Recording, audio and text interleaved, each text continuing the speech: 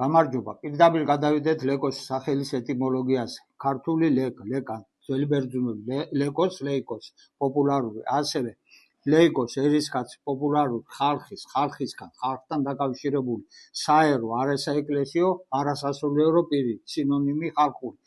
მონათესავეა ძველი ფრიზიული ლეკმან, ერისკაცი, მოძველებული ჰოლანდიური ლეკემან, ასევე ერისკაცი, ძველი ზემოგერმანული ლეიხმან, იგივე მნიშვნელობით ერისკაცი, დანიური ლაეგმან, ერისკაცი, შვედური ლეკმან, ერისკაცი, ნორვეგიული ლეკმან, ერისკაცი, ისლანდიური ლეიკმანბურ, ესეც ერისკაცი. მსგავსი სახელისუფლება თანამდებობა არსებობდა ძველ ათენშიც, მედიატორი, ვისაც ხალხის მიერ ინიცირებული საკითხები მიჰქონდა ხელისუფლებამდე.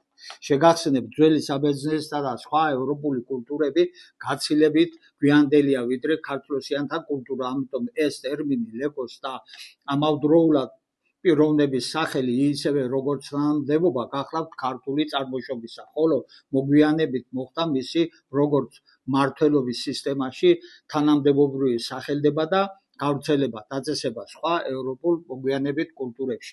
ძველი ბერძნები და რომაელები ასევე მათზე შედარებით ადრინდელი კულტურები პირდაპირ აღმოცენდნენ წინარე ქართველულ კულტურებს დამხრობლური ექსპანსიების შედეგად. ამაზე გვაქვს ვიდეოები და შეგიძლია უყუროთ. მაშასადამე ქართლოსიც მის ლეკოსის სახელის ეტიმოლოგია გახლავთ სახალხო პირი, რომლის ფუნქციაც გახლავთ ხალხის მიერ ინიცირებული საკითხების მიტანა ხელისუფლებამდე, კრებულამდე და მათი განხილვა, ანუ თანამედროვე დაშვებით მაჟორიტარი დეპუტატი. გასაოცარი არა უძველესი ქრონოლოგია და თანაც ქართული ფესვები ჰქონია ამ სახელისუფლებო წარმონაქმნს და როგორ იქნა მითვისებული მოგვიანებითი კულტურების მიერ.